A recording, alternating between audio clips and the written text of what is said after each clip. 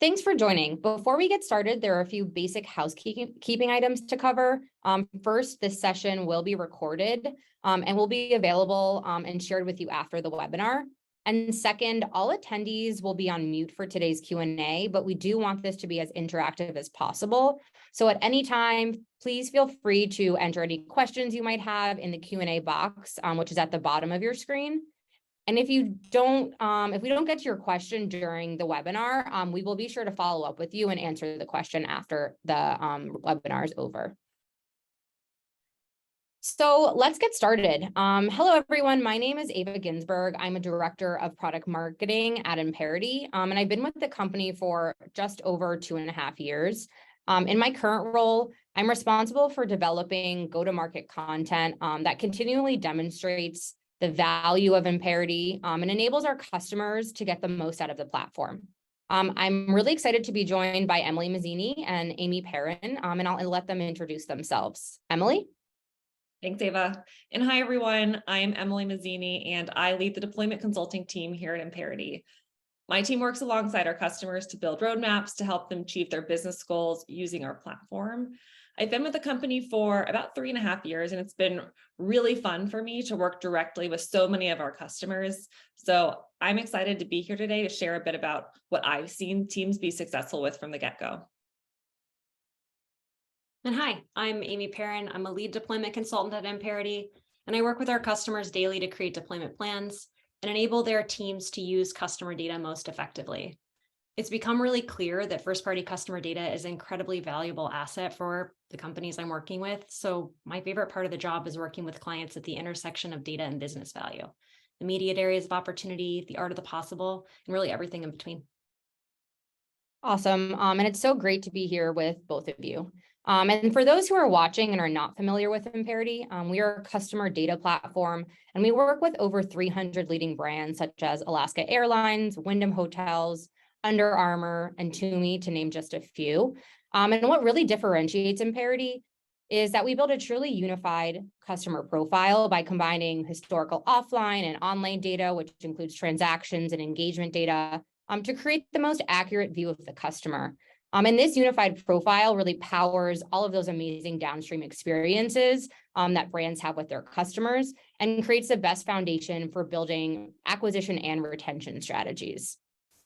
And this conversation is particularly fun for me because I actually spent my first year at Imperity as a deployment consultant. And so I love learning to hear about how customers get to value with their initial use cases and how they're really utilizing the platform. And that's really what I want to talk about today. The most common first use cases where we see customer teams see success and gain all of this amazing outcome from the platform. And so I'd like to start just by asking Emily, can you elaborate a bit on some of those initial use cases? Definitely. When we first start working with a brand, we typically hear 3 things from that team. 1, they want to grow their customer base. 2, once those customers are in the door, they want them to have a great experience and to come back to the brand again and again. And 3rd, and this piece is important to every company out there, they want to do both of those things in a way that maximizes the impact of the money they're spending. So thinking about all of those things together, there are 3 areas that we recommend brands focus on first. The first is direct paid media activation from our platform. This is a really fun one because, first of all, it is so simple to execute. And not only do brands see huge improvements in customer engagement, but they also see some fantastic cost savings because they're able to move away from or minimize the use of DMP and onboarding tools.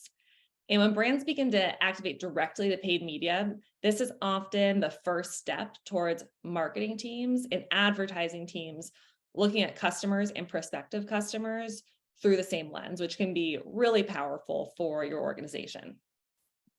The second area that we recommend brands focus is loyalty conversion. Finding and enrolling high-value customers who are not yet in your loyalty program, but should be, is often a huge untapped opportunity. And I think that we here can all agree that a good loyalty program is one of the best ways that you can build a deeper relationship with your customers. So you want your best customers in that program. But finding and reaching out to that group who should be enrolled but is not, historically really hasn't always been easy. Fortunately, though, when you have a unified customer profile at your fingertips, it becomes much simpler. And then the last area is customer care. Like loyalty, this is another opportunity to deliver a great experience that keeps a customer coming back again and again. And back to this concept of a unified profile, imagine how an interaction might be really different when a rep is interacting with your customer based on the full picture and not just the transactional information that's tied to a particular email or an order number that's provided in the moment. I love all that. First, I want to zero in on the paid media use case. It's obviously such a hot topic right now, with the confluence of the third-party cookie going away and heightened privacy concerns. And I'd love to learn more about how our customers are seeing value from paid media activation, both from revenue generating and from cost saving perspective. Yeah, absolutely. I can take that. So as Emily mentioned, with the unified customer profile, use cases in paid media are so easy. So these are often the first big wins customers light up when they're implementing a CDP. It really comes down to reach and efficiency. And starting with reach, unifying all your customer data often increases the completeness of the customer profile. And when you have more complete profiles, and I'm thinking names, emails, phone numbers, for example, you get better matching, more customers to suppress or leverage in your seed or target audiences.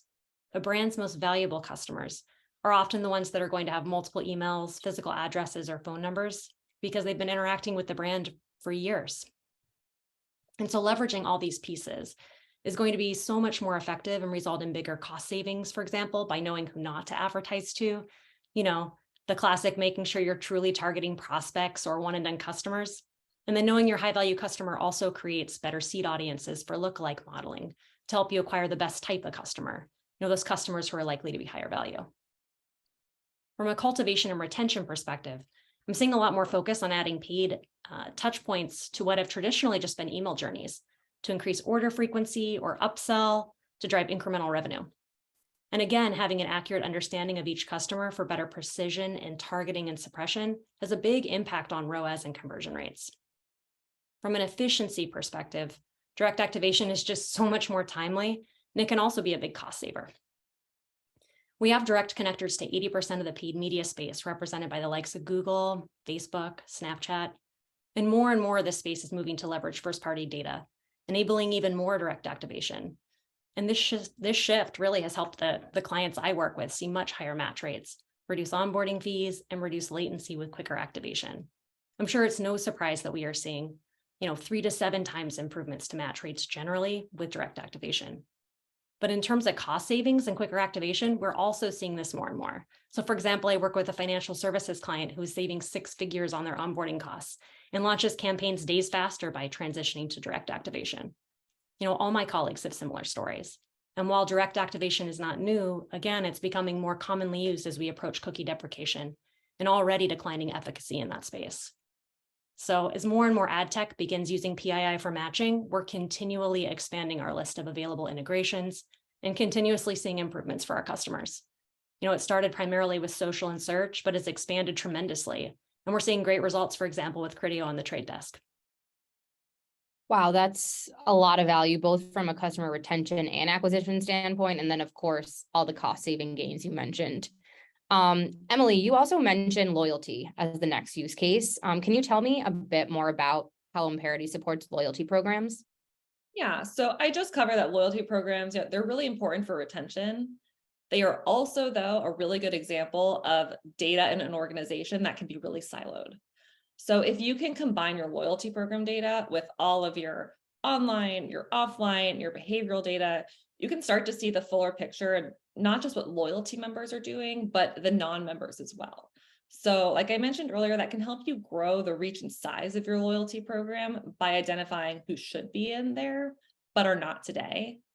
It can also, though, help you optimize within a loyalty program because it gives you information about how members are behaving. So it gives you opportunities to reduce churn and to tailor discounts, for example, to an individual's offer sensitivity. And that can save you a lot of money as a brand in the long run. And lastly, related to loyalty, if you're a multi-brand organization, you now have a view into loyalty behavior across your whole portfolio, and you can start to think about opportunities to grow customer value, not just at the brand level, but for the enterprise. That's super interesting because in my experience, many brands feel like their loyalty data is actually their best data. It's the most well-rounded, but clearly there's so much more you can gain from having a unified customer view, a unified profile. It's always fun to hear a customer story related to these use cases. Is there one you can share? Yeah, I'd love to take that one. One of our best customer stories around loyalty enrollment is Alaska Airlines. So using Amperity, Alaska created a customer 360, pulling together for the first time ever booking, reservation, loyalty, and mobile app data. And this new view allowed them to deliver personalized pre-trip messages based not only on loyalty status, but other attributes like itinerary, cabin seating, and meals for upsell, improving revenue and providing customers with the flight experience they want. And really, I think we've come to expect. Alaska Airlines saw 198% increase in loyalty conversion rates when they based their targeting off of Amperity's unified customer view. And those are crazy results, but the outsized results here were really seen because creating a customer unified view not only improved targeting and enabled better personalization, but it really expanded their addressable audience, identifying frequent flyers who were not part of the loyalty program. And this is not uncommon. So Dick's Sporting Goods and Wyndham have similar stories. Dick's Sporting Goods identified 100,000 more top tier qualifying loyalty members. And those are members you really want to cultivate and retain regardless of their actual loyalty status. And Wyndham, one of the largest hotel franchisors, they identified millions of non-loyalty guests for targeting. So, Amperity CDP is really best in class in identity resolution. And when we talk about a unified view, it's not just organizing and activating customer data, it's really resolving identity, or basically identifying all the people interacting with a brand.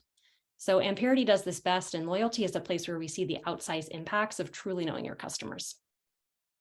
Those are all massive numbers, and that generates really incredible value. So that's so exciting to hear. You shared not one, but three. So awesome. The last use case that was called out related to customer care. Can you elaborate a bit more on that one? Definitely. So customer care is kind of our third area that can benefit so greatly from using a unified profile. Often, if you're on the phone with a representative, they're just looking at a limited transactional or a billing view of the customer. But if you make that full profile available, they can now tailor the interaction to the person they're speaking with. So knowing, for example, what a customer's product preferences are or what their geolocation is, they can point them to the nearest store. That opens the door to have a completely different and more personal interaction that's memorable to your customer. That's so interesting. Customer care is critical, right? It's essential to creating meaningful experiences with customers, as well as driving retention. We think about omnichannel, and of course, omnichannel is about connecting with their customers on paid and email channels, but it's also about creating these meaningful experiences across all of the touch points, whether that is customer care or something else. So this is a super critical use case. Amy, is there any particular customer example you can share related to customer care and the benefits that our customers, our brands are seeing with this unified view? Yeah, Ava, I love the Brooks story here. So they have such a commitment to their runners and recognized early on that a unified customer view can be used to personalize messaging. But also there was a huge opportunity, like you said, to use it in frontline experiences. So Brooks sends customer profiles to Zendesk, which is their care platform. And the information about their runners is at an agent's fingertips while they speak to each customer. So for Brooks, it's not only became a more personalized interaction, but it's also a faster interaction for the rep and a happier customer. So previously, their support reps had to use multiple systems to resolve customer issues. Brooks spent time understanding what types of things their runners were calling in about, and they found it was more than just recent orders. So the unified customer view from Amperity tells the rep if the customer is in their runners club, for example, their value tier, their life cycle status, number of purchases and returns, and product preferences, what type of shoes the runner has worn over time to help with recommendations. So, I honestly love these conversations. They are the ones that really have the art of the possible tilt. I I had a recent conversation with one of my telco customers who described the current billing view available to their care reps and how limiting it was. It not only required access to multiple systems to resolve typical issues, but they don't always have a useful customer view available. So, I have a family plan myself, but I'm not the primary account holder. So what a telco company knows about me from a billing view is not much more than my phone number and whether I'm authorized to make changes to the plan. It's not very personal today. So the whole conversation was imagining what if. What if there were demographic information that could be leveraged, store online preferences, Apple or Android affinity? That's a big one. What if a rep had all that information? And it's all possible, really, because it's all part of the unified customer view. So there's just so much opportunity to improve not only customer experiences to drive loyalty and incremental revenue, but also the experience for internal employees really improves. That's such a great story. I mean, both of those are great stories. And this session has been so information filled, and it's also been really fun chatting with you both. I think it's time to flip over to audience Q&A and see what questions were raised by our listeners. So I'm going to go to the first question, and Amy, I'll pass that one to you. So you mentioned using an onboarder for activating audiences to paid media platforms. Can you talk more about how direct activation of first-party data can create efficiencies? Yeah, of course. I think it really comes down to speed and accuracy. So first, in terms of speed, I know I mentioned earlier that more and more paid media platforms are using PII for matching and targeting. So the unified customer profile is really all you need. Recognizing I'm oversimplifying to a degree, but an onboarder is mapping an individual to a host of third-party cookies for activation in those downstream platforms you want to use for targeting. And since you can create audiences with Amperity and you don't need the cookies, you can send the data directly from Amperity to Facebook, to Google, to the Trade Desk. This speeds up activation time and ensures you're working with the freshest data, so your messaging is relevant. And to put this into perspective, the typical onboarding process takes a week. An audience can be created and delivered downstream in minutes to hours from Amperity. And Amperity also automates audience uploads to keep media platforms up to date on customer behaviors.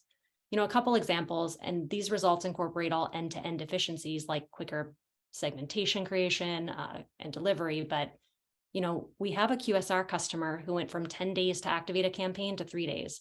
And I work with a telco company that went from 4 to 6 weeks to 2 days to activate campaigns.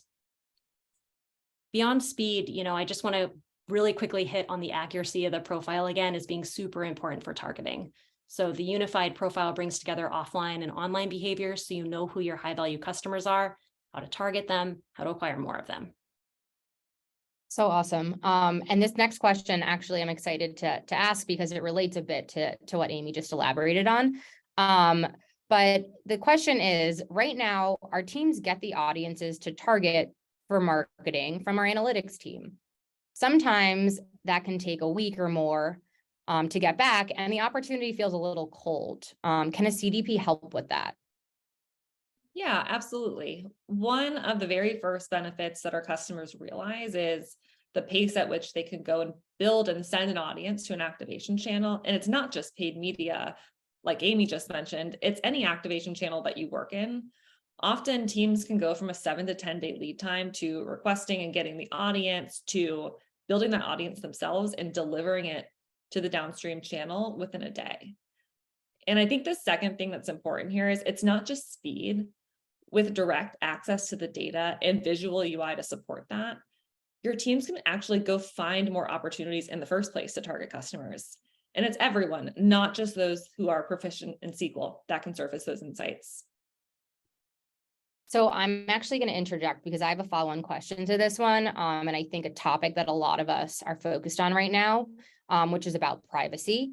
So my question is really, how do you think about direct data access when it comes to privacy within a CDP when you're thinking about the multiple roles that will have access? I'd love a little bit of you to elaborate a bit on that. Yeah, I'm glad you asked because privacy is an important consideration for any company that collects customer data, and even more so when you're talking about increasing direct access to realize some of the benefits that we've talked about. Amperity is recognized as actually for a really long time, and that's why we have a number of guardrails built into the platform to protect customer PII and help brands comply with various privacy regulations. including things like PII redaction, user-based access and permissions, and also encryption when data comes into the platform as it's stored with us, and then as it's sent out to other tools. To double click into the user level permissions for a minute, teams can decide by individual who can access customer PII versus just a general attribute like their product preference. Who is able to just view data versus send data out of the platform. And if you're in the scenario that you have multiple databases with Imperity, you might be a multi-brand, multi-region, different business units. You can designate which of those databases an individual has access to. So it actually gives you a lot of control over who can see and use what data. And then the last thing that I want to mention is while Imperity provides tools in the platform, and we always recommend our customers are intentional about their internal data governance in order to use those tools in the most effective way possible. But I think the good news here is we've seen a lot of customers be successful with both good data governance and also faster activation through broader access. So I'm sensing a privacy theme because I just got another question in and it's also related to privacy. The next question is, my company has a lot of brands that don't really overlap one another. Sounds like a multi-brand. How do you sift through the data that is relevant to you in a CDP? Or does each brand have to buy their own CDP? Yeah, I can take this briefly. Thankfully, no, each brand doesn't need their own CDP. So as Emily mentioned, access and permissioning is applicable here too. Imperity's permissioning is designed to empower users to comply with their company's privacy policies. We create what we call different customer views, but really all that means is we only show users the data that they have the authority to see. So at a high level, the most common pattern I see here is an enterprise view. So think all your brands, all brands data, often for administration or analytics purposes. And then separate brand views where we segregate each brand's customer data for activation. So some users are going to have access to the enterprise view and some only have access to that specific brand. So more granularly, and again, as Emily mentioned above or before, we can also redact PII or restrict the ability to download data. So we can certainly put the right guardrails in place to prevent the need for multiple Imperity CDPs. One CDP, everyone has access, differing levels based on their authority. Access for everyone. Great. We want data to be usable and accessible. That's the objective. So I love all of this. That's all we have time for today. So I want to thank Emily and Amy for joining me. I want to thank everyone for attending this session and watching.